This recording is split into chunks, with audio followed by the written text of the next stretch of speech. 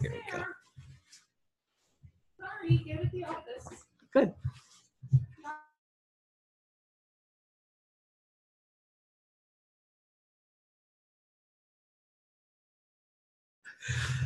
Hello, everybody. Hi. Hello, welcome, welcome. Got about less than 1 minute. I'm just going to be muting everybody as you come on.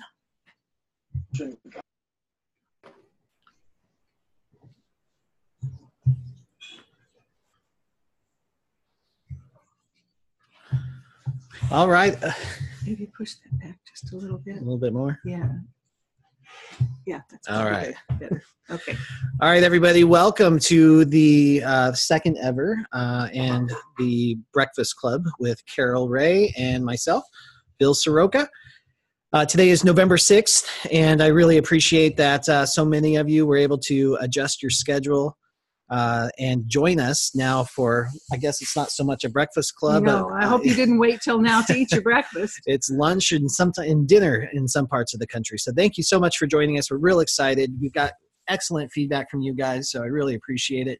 I know it's a little bit dark with the glare behind us, but we wanted to make sure you had a really good view. And also we did a PowerPoint with the questions this time, so it's a little easier for you guys to see them, especially if you're watching the replay on this. Bill did it. He does most of the work. Leave that high-tech stuff like PowerPoint to me. I gotcha. Let's see what we got comments already here. Let me just make sure. Good. It sounds like most people can hear us. Everybody's muted right now. So guys, we're just going to jump right in. Remember, I've been asking for questions for a couple of weeks now. We've got a pretty significant list, and I really appreciate that you guys are continuing to send those over. We enjoy reading them ahead of time and then also answering them for you. And then as we go through, if you want to post some questions in the chat window, please feel free to do so. We're going to be watching that and try to get to everybody's questions today. So I'm going to share my screen here with you. And it is a PowerPoint, and I've tried to list the names of the people who have submitted the questions too. I did not succeed in doing that all the way around, but here we go. So Larry asked a question regarding one of the extra tests from the National Notary Association. Let me minimize this real quick. So Larry says, this is actually a quote from the National Notary Association's NSA continuing education course. Now, he's asking if it makes sense to pay for the continuing education course or the additional education from the National Notary Association. Carol, what's your thoughts on that? Don't do it. There is something that you can do that's going to be very beneficial. I don't want to put down the NNA for any reason at all. They've done wonderful things in this community for many, many years, but what I'm advising my graduates to do is to get their background screening, which is really pretty much a must. You have to have a background screening every year now, and it is mandated. The most acceptable one is from the National Notary Association. So I'm telling my graduates to benefit from this, to go to the NNA, pay $65 for the background screening, and what they get is the opportunity to take an exam. The exam is based on SPW Code of Conduct. It really has nothing to do with notary itself. And take that exam. I do provide my students with just some study material, and they pass it, and then they get not only the background screening, but they get certified by the NNA for a full year.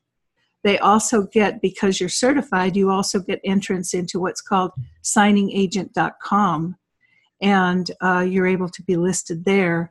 So it's an advantage. It doesn't cost you $150, $174, whatever it is now, to have to go through the course, and you're still going to benefit from taking it.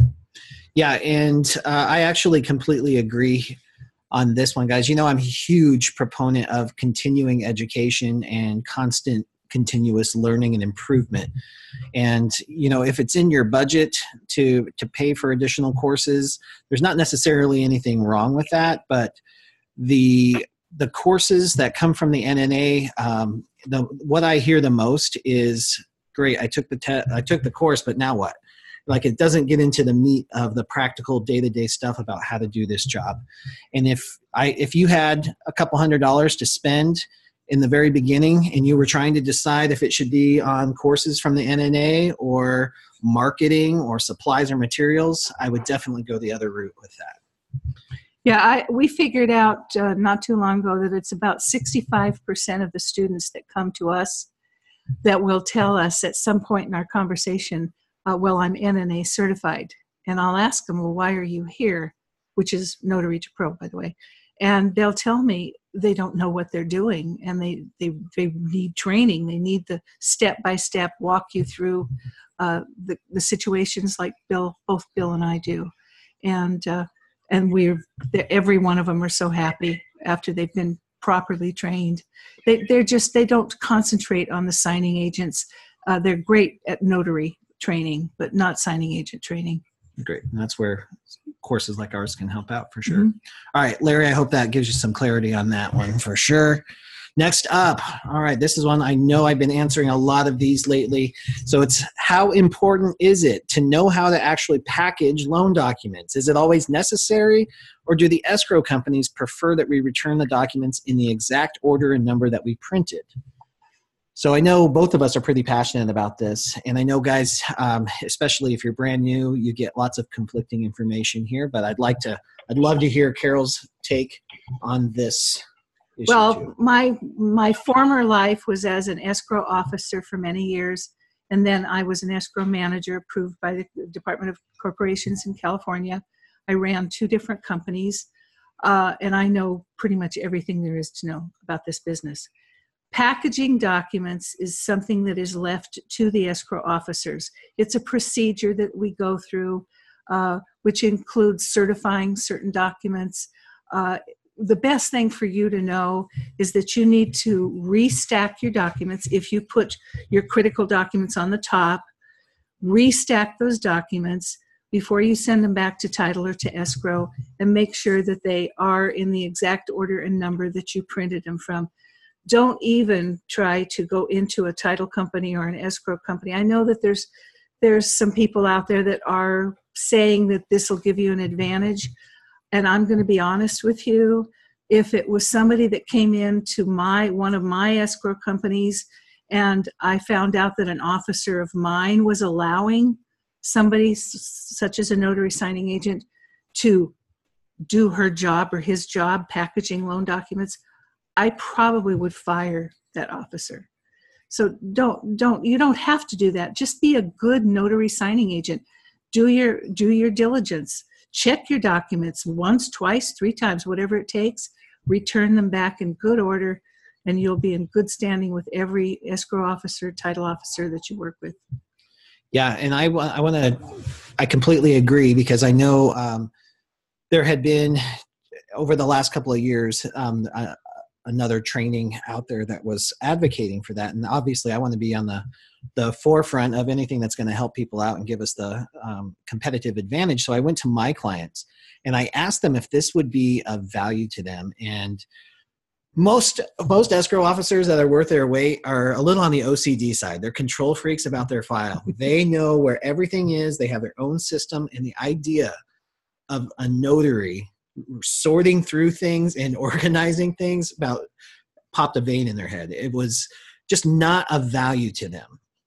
So if it's not of value to your clients, there's really no point in wasting too much time on that. So most escrow officers of my clients anyway said, no, absolutely not. But we tried an experiment with it. It did not work, because every lender is different. Every escrow officer and their assistant have their own ways of doing things. So it's very difficult to do. So don't worry. Don't add that to your workload and your memory load in the very beginning, for sure. Now, if this evolves, if your relationship evolves and it's something that your client thinks will be of value later on down the road, and I'm talking years into your relationship, then that's something else that you can look at. But from the beginning, you don't even have to worry about it. Yeah, absolutely agree, 100%. Good answer. I'm trying to find the chat window here. Sorry, guys. Oh, there it goes. Here we go. Okay, so we've got, do you have a recommendation for insurance companies? Is it required to have a $100,000 E&O policy? The insurance offered through the NNA requires full payment upfront for all policies. Are there companies that offer monthly or quarterly payments? Would you like me to hit this one? Yep, go Okay. for it. I'm not aware of any unless you're working with a private insurance company that would allow you to make payments. Most of them want it up front. I will tell you, and I don't even know if you and I agree on this one, but here's what I tell my new graduates. They're going to be working with signing services to begin with. You're not going to have an opportunity when you're brand new to work directly with title companies or escrow companies. And I don't even advise that, not when you're new. You need to put some skills behind you. I suggest that they get $25,000 in E&O insurance because a lot of the students that come to us, they don't have the money to put out for $100,000. However, having said that, we do have some title companies that are on our list that we provide to our graduates, and I know that they hire them without without experience. And then I tell them, be ready. If they call you and they want to hire you, be ready to increase your insurance to $100,000, even if you get it for 1 year, if you can't afford 4 years at a time. But let them know, oh, I'll get it tonight. I'll increase my coverage and I'll be ready to go. Because you want that work. But for most of us, can't afford that when you're brand new. You're trying to earn a living and it's tough. You've already put out a lot of money for equipment, supplies, training, everything. So I suggest $25,000. I go through, and I'll just put the name out there, I like Notary Rotary. They have a very reasonable price on their stuff, and it's easy to get, and they can upgrade it at any time, like overnight. Mm-hmm. Yeah, and I do agree in a lot of ways.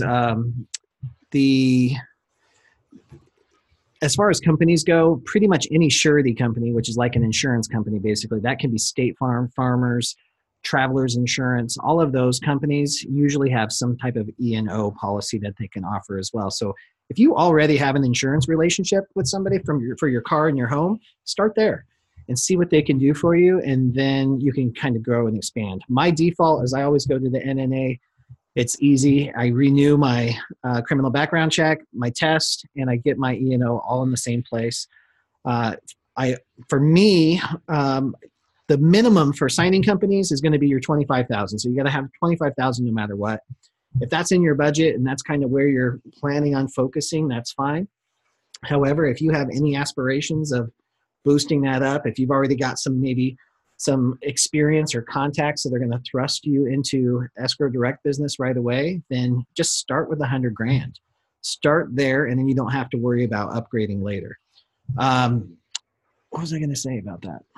Oh, the fee. So as far as the fees go, most of the ones that I've experienced do have to be paid annually. Like the NNA, they'll let you pay for 1 year for like $104 for the $100,000 policy, depending on your state, or you can pay all 4 years. So if all 4 years isn't in your budget, come down to just 1 year and do it that way. The $25,000 policy is only $26 a year, though. So yeah, that's pretty minimal on that one. Yep. Okay, great question. Thank you for staying there. It's a little higher in Tennessee. Mine was 120 for the 100,000. For the 100,000. Okay, so not too much. 30 for the 25,000. Okay. Yeah, but Judy, you get to charge whatever you want for notary work, so that's the price you pay. Yes, you can't complain, huh? Exactly. I have to ask a quick question. Who is this adorable little thing that belongs to Andrea Walshdell? Oh, adorable baby. Oh my God, she's the cutest thing. Sorry. Oh, it was something shiny. So we have another great question that we didn't get to last week was, do you recommend forming an LLC for your company? I'm going to talk from personal experience. I didn't. I had a brand because I purchased a domain and I had a website. It was called I Sign Docs. My husband and I did this together for 7 years, and we bought polo shirts, and we had embroidered I Sign Docs on them. As far as the company was concerned, everybody made out their checks to me, and I had a bank account, and I kept it separate, and I kept track of, all of my earnings and everything for my business. I treated it as though it was a business, but I did not do an LLC until I created Notary2Pro, and then it became a necessity. But I always suggest to people, talk to your tax accountant, get advice from people that know. I don't know anything about taxes. I don't pretend I do. I don't want to give advice, but I can just tell you that most of the people do not have to have a business license. You don't have to form a formal company. You can take checks in your own name. Just keep track of all of your income and the amount of money that you spend, and you should be okay. Yeah, and for the most part, so the thing to remember, guys, is that a lot of people think, or they start an LLC for the wrong reasons, and some start them for the right reasons, obviously. The beautiful thing about this job as a mobile notary and loan signing agent is we don't need it to get started. It's not necessary to legitimize our business. We are legitimate just becoming a notary already. We can operate as a business owner.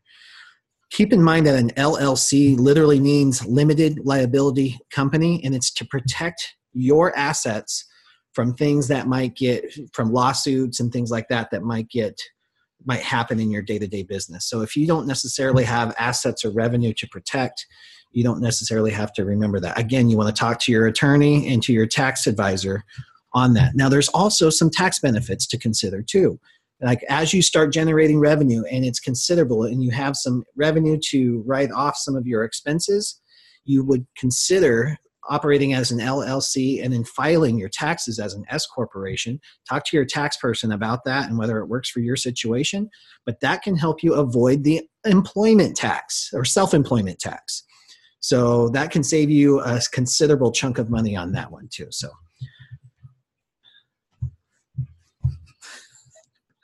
good tax information. Yeah. Okay, here we go. Next question. I've discovered that our notarizations are exempt from self-employment tax. Is that correct? But what about loan signings? How do we claim that? We don't get to separate the stamp fees, so are we taxed fully on the loan documents? I have a very simple answer for that. Talk to somebody who knows what they're talking about. Are you a tax accountant? I'm not a tax advisor. I'm not either. and I've heard in my state too, which is Arizona, that the revenue that we make as a notary is not taxable. But when I try to talk to the Secretary of State or find somebody that can validate that for me, I can't find it. So you definitely want to make sure you get to a tax professional on that one. Yep. All right. Arthur says, regarding mobile notary fees. In California, the fee for a notary sign, or I guess a general notary, is $15 per signature for a notarized oath, affirmation, or certification. Is it customary or legal to charge any additional fees for travel? And what's the industry norm? Well, I live in California, obviously, and yes, you can charge. I've seen people, even in Arizona, by the way. My daughter-in-law did a lot of general notarizations there. She worked with a company. She never walked out of the house for less than $45 to $50. How they listed it, I don't know.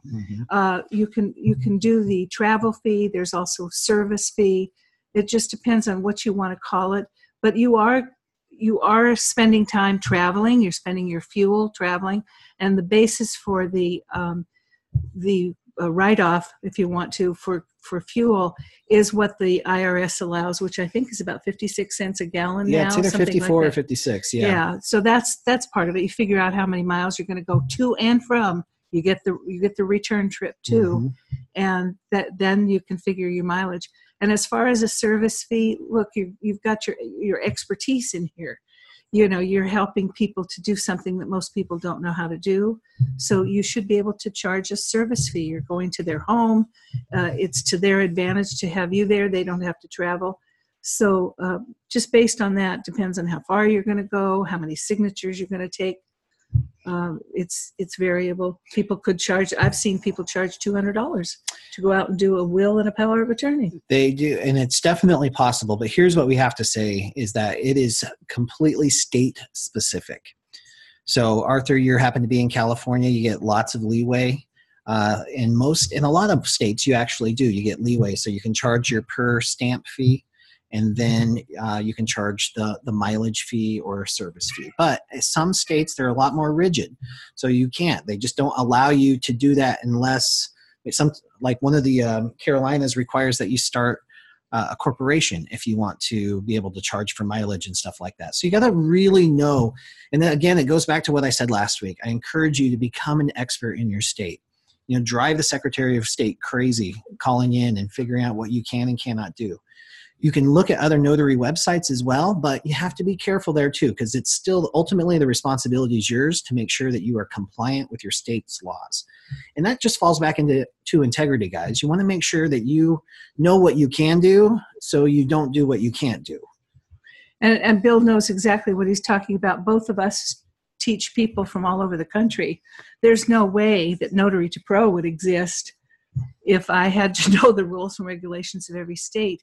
And you're right, some of the states, they will not allow you to charge more than $2 a signature.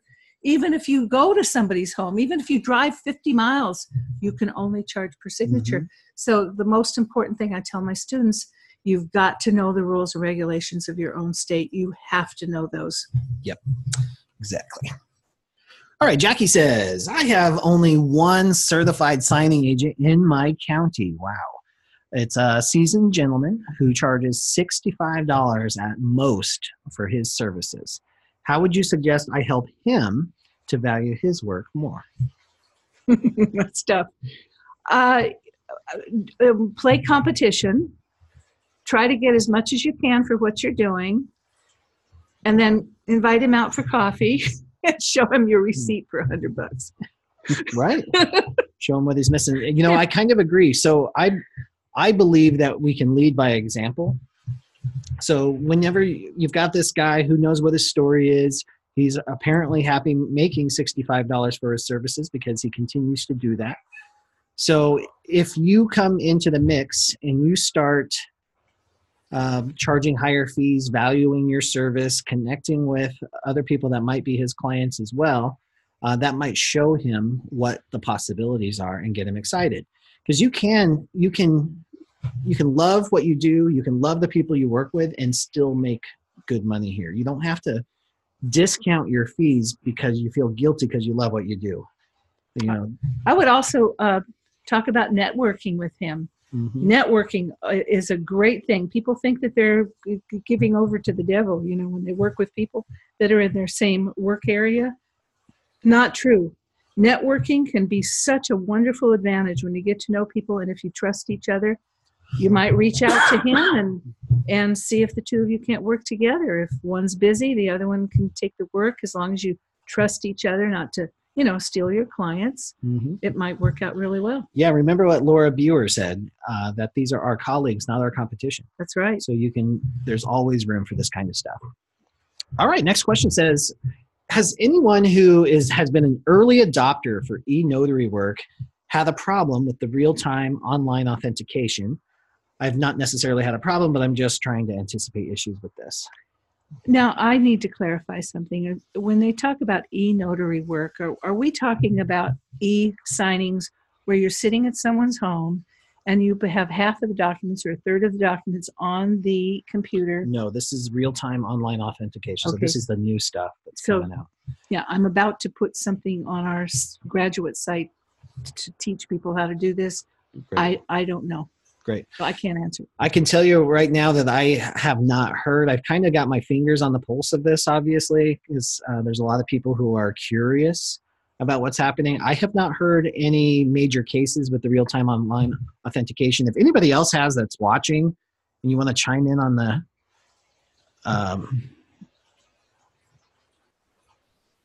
chat window, please feel free, because I'd love to know that, actually. Ooh, yeah, good here. That's Colorado specific. I saw one in here. Can you explain what an apostille is and how it could tie into general notary work? You want to take the apostille one? Apostilles are very tricky. I've known a lot of notaries all over the country, and I've only known, frankly, of one woman who was so successful working only as an apostille.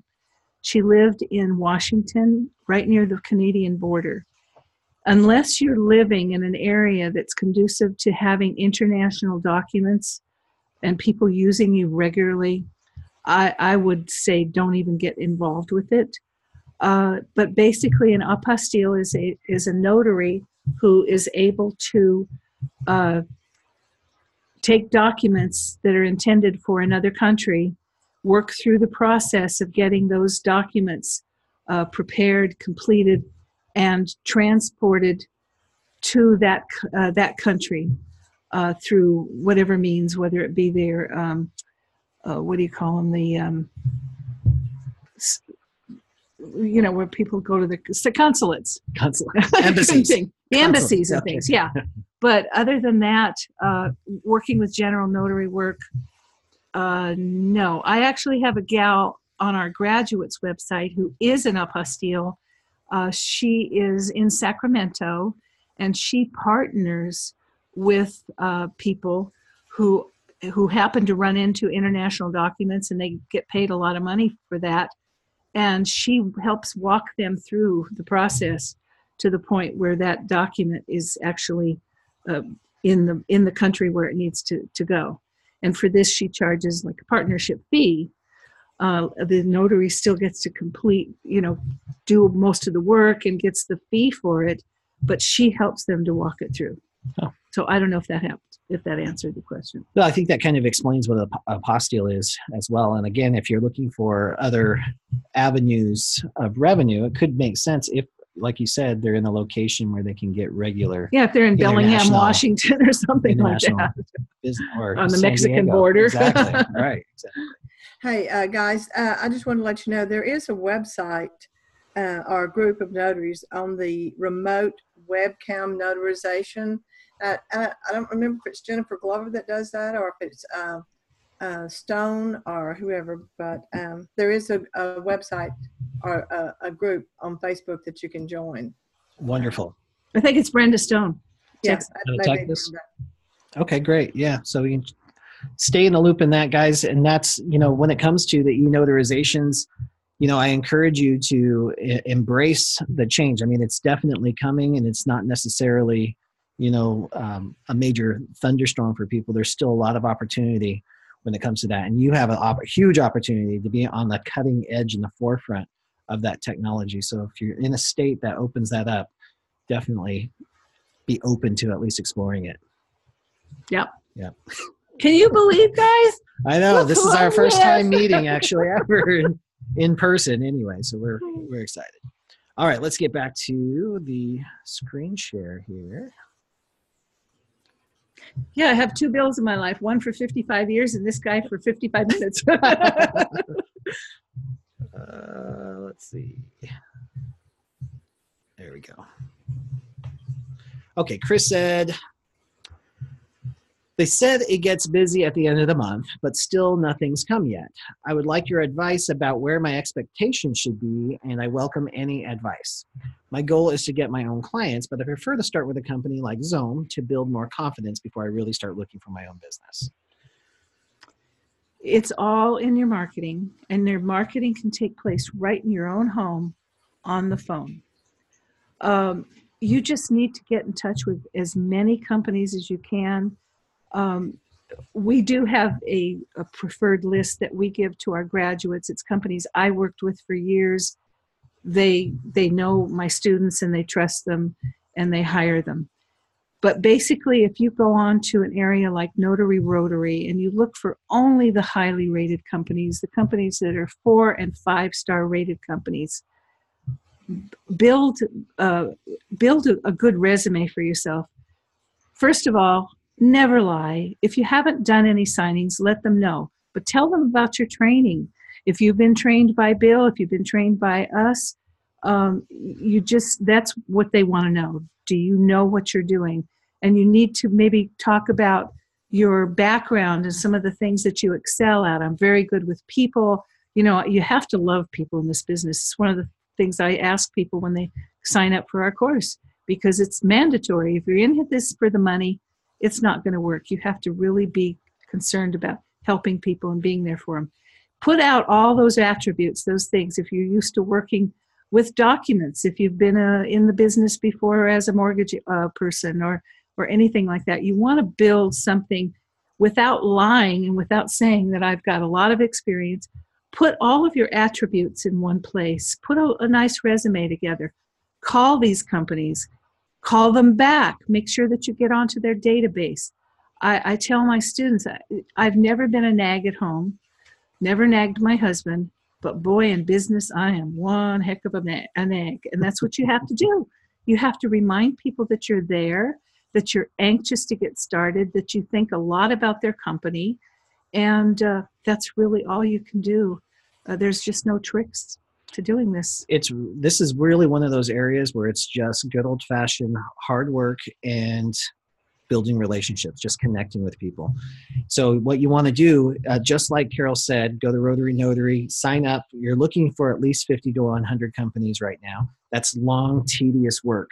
Nobody wants to do that. Nobody wants to apply to that many signing companies. So most people don't. So it's put in that effort, but then it's not just a set it and forget it type of deal. It's just like Carol said, build relationships with those people. Behind every application, every piece of technology, if it's a smartphone app that you're getting orders from, whatever it is, there's a human being behind that you have an opportunity to build a relationship with. And you got to find a way to cut through the clutter and let yourself stand out. But the real key to this whole thing, guys, is you'll find plenty of people who go through and do all that, and then they don't do the follow-up. The fortune is in the follow-up. Right. You have got to stay in touch with them. You have got to schedule it. If you don't schedule it, it's not happening. So you got to put it on your calendar and set your follow-up schedule to do that stuff. And something just came to mind that I want to share. Right. I had one of my students, she's very new, and she got a signing, and she did it. She's been pretty busy just starting off. And she called me and she said, I missed the cutoff time for the FedEx. It was a late signing. She couldn't get to the office before they had closed. And she said, do you think I should go take them tomorrow morning? The title company is not very far from me. So do you think I should take that and deliver it to them? Oh my gosh, if you ever get an opportunity like that, you schedule that minute. How many minutes is it going to take you to get there? And you show up with those documents. Am I right? What an opportunity. Talk about building relationships. It's huge. Anytime you can if you get a chance to be a hero for anybody in the stream, that stands out. That's the type of experience that sticks out for people. And that's how long-term business relationships work out with this. You're in the right place at the right time, doing the right thing for the right reason, and it just aligns up, and these people want to work with you. Can I tell us a quick story, or do we have time? Yeah, We're doing okay. I think Bill hates my stories. Yeah. Years and years and years ago, we did a signing for a signing service, very nice couple that owned it. And we did a signing, and the people were packing to go camping the next day. They were going to a lake in Arizona, not too far from us, about 120 miles. Long story short, they get the documents back. We get a phone call. I did not get the grant deed signed. Ouch. I'm like, no, there was no grant deed in that file. I went back. I keep my documents for a month after I get paid. And I looked back and I called the owner of the signing service and I said, you go look at your documents. You have a copy, right? He says, yes, I do. I said, you tell me if there's a grant deed in there. No grant deed. Mm-hmm. Long story short, this is the first time that this title company has used this signing service. Oh. This nice couple. And he was beside himself. How do I tell this new customer that they didn't put it in the first place? That's the end of it, right? And so my husband and I, the next day, I had them send me grant deed, and we drove round trip 240 miles. We had a lovely day. We had no signings until the evening. We had a great day. We went out to lunch, found the people at the campground. Anyway, I'll tell you what later. But anyway, that signing service not only always hired us for years, but when I started Notary2Pro, they were sending me students like crazy, and they still do. Yeah, see, that's very telling. Just never know. People eat that up. they want to look good to their customers. And when you can facilitate that. Oh, we did it for free. Yeah. Oh, that's even more. And, that brings up a really good point, guys, and I was just talking to a coaching client yesterday. When you're in this business, look at the big picture at all times. It's real easy to fall into transactional thinking, because it's all about, you get a text that says this signing is $70. It's real easy to think, oh gosh, $70, I'm going to have to do all this, and this. Or, when something goes wrong and the signing company calls you and you need it fixed, it's real easy to get into the small mind way of thinking. Step out and look bigger, because a relationship, even though it's $70 now, it could be a relationship that ends up being $100,000 a year. You never know what's on the other side of each transaction. So jump in. And that's what I say is show up authentically so they can get a sense of who you are and do right by them, thinking in a win-win, and those stars turns align. out that way. Yep. It's just the way it goes. Okay. Julie says, how do you work things out with escrow and keep a conversation open? I want to help build strong relationships with my escrow officers and keep building. Well, it's simple. Mm-hmm. Do your job. Do some connecting on a personal level. Be there to service them and build that relationship. You don't want to, they're busy. If they're a busy escrow office, they're busy. They're not going to want to sit and talk with you and spend a lot of time. Find out a little bit about their family. Find out, oh, Johnny had a cold this week. Next time you talk to the escrow officer, how's Johnny's cold? Mm-hmm. You build relationships. It doesn't happen overnight. It takes time. If you're working with particular escrow officers, then to me, that's the way to do it. Just get to know them a little bit. Don't push. Don't be in their face all the time, and just slowly build that relationship. Once you build that relationship, it's there for years. It's solid, yeah. And that's the type of people you want to work with anyway. Anyone that is going to dump you over a quick mistake or you say the wrong thing, those aren't people you want to work with anyway, because life's too short for that. But, when I hear questions like this, I just like to point out that building a relationship at work is not a whole lot different than building a relationship at home or with a friend. A lot of times we try to separate who we are at work from who we are at home. And that is kind of the business model that most of us grew up on during the industrial period. But for sustainability purposes, there's no separation. We are our business, no matter where we're at. So when you remove this is my business profile, this is my personal profile, this is how I act at business, this is how I work at home. When you get those closer to matching, these types of relationships are actually a lot easier, because an escrow officer is just a human being that is looking for appreciation, connection, and somebody reliable that they can, that can provide a service for them. So when you don't put yourself down below and put an escrow officer on this pedestal, raise yourself up equal with them, and just know that they have the same needs that you do. And when you start looking at them as a human being, you can connect. Just like Carol said, you find out things about their family. You find out where they went to college, what they do in their spare time. And you find those little ways, those veins of connection. And once you get a few of those in and they realize that you care about who they are as a human and not just a transaction, that is going to solidify your relationship. And you guys can outlast anything. All right. This was a good question about the E&O insurance, because I've been getting this a lot. Sisan asks, E&O insurance for general notary work versus E&O insurance for notary signing work, like general notary work. Are there two different insurances? Yeah, there are. And the notary signing agent insurance is extremely expensive. And frankly, in the over 6,000 students that I've had, graduates that I've had in the past 9 years, I don't know of any that have even had their E&O insurance challenged.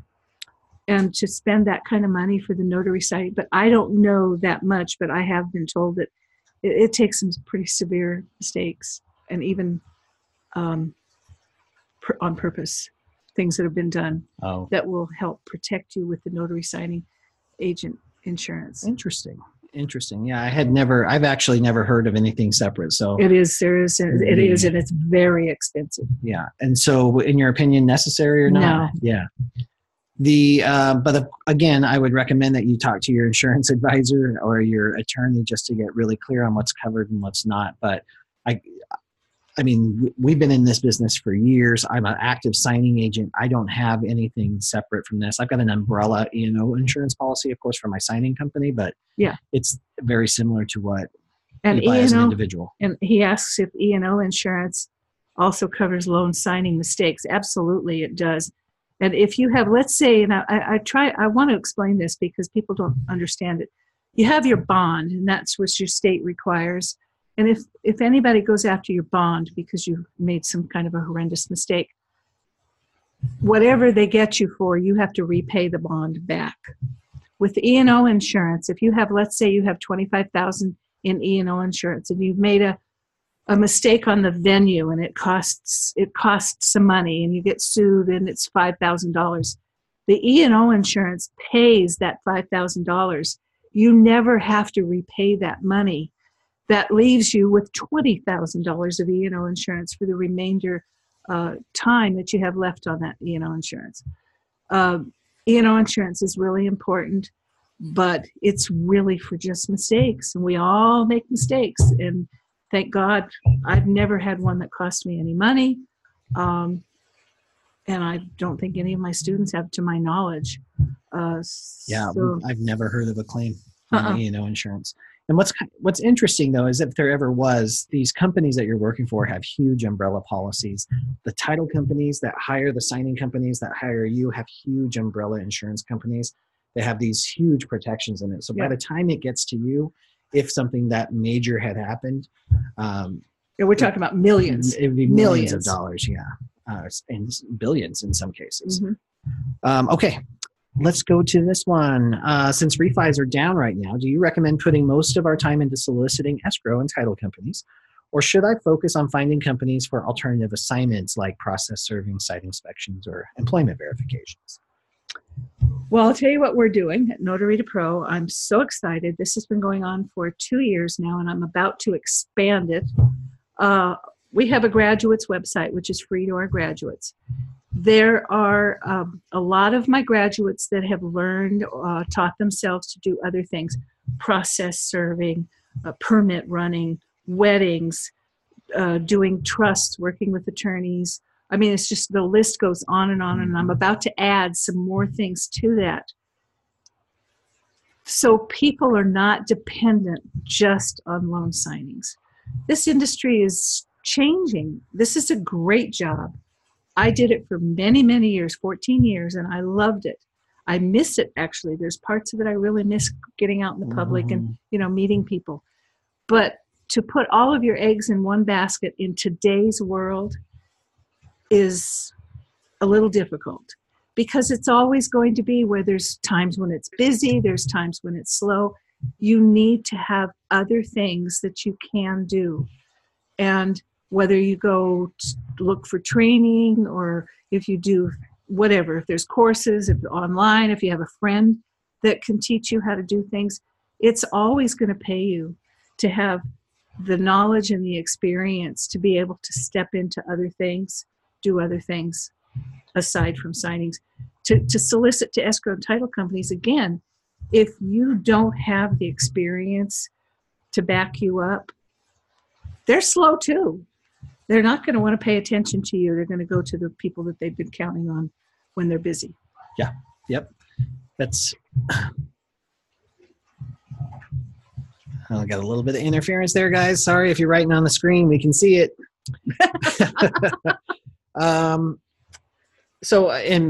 Guys, I'm a huge advocate of multiple streams of revenue. So there's not really a blanket answer to this. We do the same thing. We'll have to work together on this too, because in Sign and Thrive, we've just launched the Side Hustle Lounge, where we are going to be talking about all the different ways that you can earn additional revenue as a loan signing agent. This business can be anything that you need it to be. You can operate under your notary umbrella. So keep that in mind. You can get as creative as you need to. At the same time, you want to make sure that you're choosing streams that are in synchronicity with your notary business, so you're not pulled in too many different directions. So to answer the question, it just depends on where you're at. If you're just getting started, it does not make sense to veer off too much. If you've got some momentum though, and it's just a little bit slow, but you've got some consistent income, you can start looking at other multiple streams of income as well. But in the beginning, guys, you got to focus. If you're going to do general notary work, if you're going to do loan signings, and commit to it and make it happen. I would venture to say to anybody who says, you know, it's a little bit slow right now, and you're in a major metropolitan area, then there's probably still a lot that you could do to keep generating income on that one main stream. Follow up, make those phone calls, hustle that business, and start getting it going before you start branching or diverting your energy somewhere else. I think we're coming up pretty close to the end, guys. We're at 1:45 right now. I think we can knock out the rest of these questions. You want to give it a shot? Yeah. All right. What type of notarizations should we expect from tow yards or companies? I know it's general notary work. What documents are notarized from these businesses? I can answer this one. Go ahead. Yeah. It depends on the state that you're in. I know in Texas, they have some type of law that says that if you don't have the title to the vehicle, you have to have some notarized document to get your vehicle out of impound. I don't know all the rules about that, but definitely check in with your Texas notaries on that one. In Arizona and a lot of other states, in order to transfer ownership of vehicles, the seller has to notarize the back of the document. In some states back east, both the buyer and the seller have to be notarized whenever they transfer vehicles. So there's all kinds. That's one specific niche that could go all kinds of different directions there. You also have powers of attorney and stuff like that involved with that too. And I would say too, call some of these places, call the towing yards, call the city, call the police departments, and find out what documents need to be notarized. Now you know what you're going after. Yeah, and then almost everything that you would ever need to know is on Google too, because if you're asking, somebody else has asked, and there's probably a consumer, potential customer that is struggling too, because they have some police document that needs to be notarized or adoption papers. So you can see using Google keyword search what people are searching for too. So you can have all kinds of fun with that. I sure wish Google had existed in the 1950s. Yeah, it'd be a different world. I was in high school. Oh boy. When approaching escrow agents directly, what is the best way to make first contact? Email, phone, or drop by? Well, we all vary on this one. I like it what I suggest to my students, if they have the opportunity to go into a local title company or escrow company, is to walk in, see if they can't see, or make an appointment with the escrow manager. That's who you want to talk to. Once you get past the escrow manager, if you can build that little relationship, that bridge with the escrow manager, then it kind of opens up. I think emails, it's so easy to just click and they're gone. Phone calls, people are usually busy. I think if you walk into an office and say, hi, my name is, and is there any chance that I could talk to the escrow manager for a couple of minutes? As long as it's not the last week of the month. Oh, God, no. I can concur with you. We always tell them, don't mark it. Last week, no good. They'll probably throw something at you if you do that. And I know you guys get conflicting information on this too. And I know there's other trainers that tell you for that very reason to walk in and try to get business because they're desperate and busy. But I don't recommend that. That's starting off the relationship really rocky. Yeah. And the other thing too is, guys, if you're going to walk in, there's tremendous success from just walking in. Don't get me wrong. But the stars seem to have to align a little bit more for that to work. And I still encourage you to do what most people don't. And that's research where you're walking into. You know, if you know you're going to stop by Landmark Title, do some research. Find out who the branch manager is. Look at their LinkedIn profile. You know, see what the other EOs are. You can use that hunter.io add-on that I talk about to get a whole list of everybody that works in that office. So you're not just that weirdo that walks in with apples and tries to give them to the escrow officers. You're a professional. You've done your research. You know exactly who to talk to and why and what they're doing, what they're interested in, or the promotion that they just got. That gives you more ammo to have to cut through all the clutter and build a connection more than anything else. And the word build just triggered something. One of the things that is an opportunity, when you have building going up, like there's construction, new housing, whatever, going up in your area, and you find out who the builder is, you can connect with the builder, find the sales marketing person, and find out who they're dealing with, what title company, what escrow company are they dealing with, get some information on that. That's a good kind of a segue into getting, oh my gosh, I live right near the, Pace builders, and this is what they're doing, and I'm really interested in working with them. Do you know that's exactly how I built my business? I overheard somewhere that builders have certain title companies that they work with, and that triggered something in me. And I built my entire business working with builders. I knew we were going to be growing. I know they're going to be constantly growing, especially in Phoenix. So that's exactly what I did. Now, I didn't go to the business development people. I'm kind of a nerd, so I just put on my glasses. I don't even wear glasses. And built an entire list. Yes, you do, in your emoji. In my emoji. I built a whole list of all the builders, and then I started Googling, and I started seeing a pattern of this builder uses this title company, and then I'd research that title company. I'd find out who I need to talk to, do my research on them, and then I reached out via email, and I had tremendous success with the emails, but it's because I did my research. I had something to talk about besides myself. Whatever you guys decide to do, don't walk in there with a bullhorn talking about how great you are and how amazing your services are. They don't care. They've heard it all, and everybody else does it better. They want to know what you can do for them. And they want you to care about them. Yep. Ask them about them. Hey, I saw on LinkedIn that you just got this promotion. Congratulations.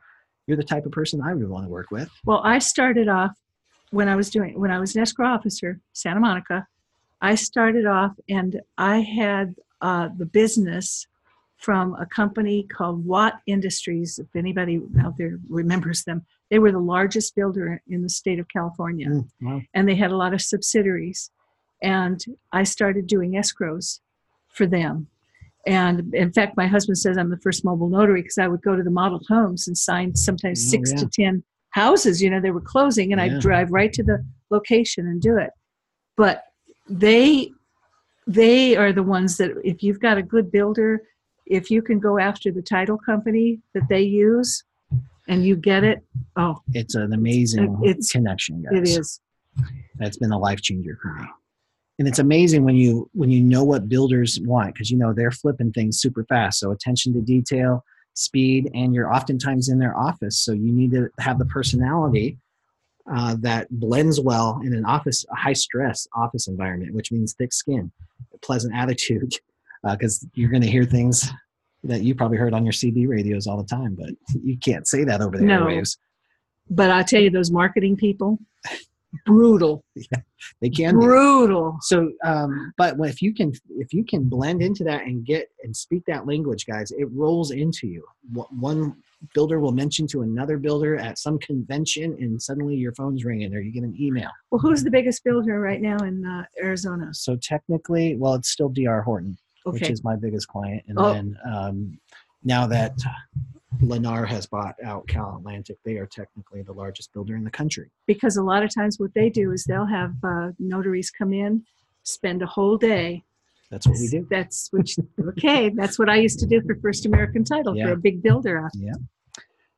Guys, that brings us, I think, probably right up to the close here. I just want to make sure that we don't miss any of the questions that's here from our viewers today. Thank you so much for writing all these comments, guys. I know this is very helpful for everybody. I don't think we've missed any questions. If I have, though, guys, I apologize, and we'll make it. Oh, wait, here we go. Here's one. Why would a title company use a mobile notary when they have their own in-house notaries who can also travel? Okay, so great question, Lori. And for the most part, most of their in-house, so almost every escrow officer and escrow assistant is probably a notary and can technically sign their own packages. That's safe to say, yeah? Yeah, that's what it was either me or my assistant. Yep, almost everybody does. The value that we bring is the mobile aspect. I know that there are sometimes escrow officers, like you were saying, that will go outside for special situations and do loan signings, but escrow officers who are worth their weight in gold do not have time to be closing 6 or 7 deals because they've got 20 more deals on their desk that they're supposed to be working. So the value that we have is that we're an extension of them in their time. So we can sign their clients, we can do it right in their office too. They are a notary, but they still need us because their time is better served somewhere else. What do you think on that? No, I agree. And one of the things that a lot of people don't realize, I think, is that if you can get connected with a busy escrow officer or multiple, you can go to their office. They'll have you come in and they will sit you down and they will print the documents. They'll have everything ready for you. You sit there and you sign. I've done as many as 10 in a day. I only got paid, as I recall, about $60. Mm-hmm.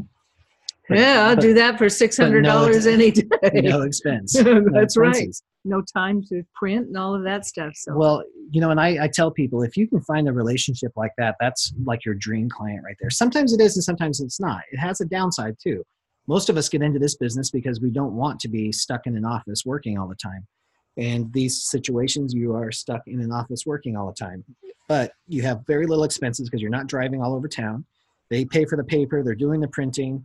They bring the customers to you. You sign them and you're good. And sometimes they just pay a flat rate. You get one certain rate for that whole day. And that really should be upwards of around $300 a day. Sometimes it's that much. Sometimes it's not. And what was I going to say? What was the other? Oh, sometimes you get paid per file.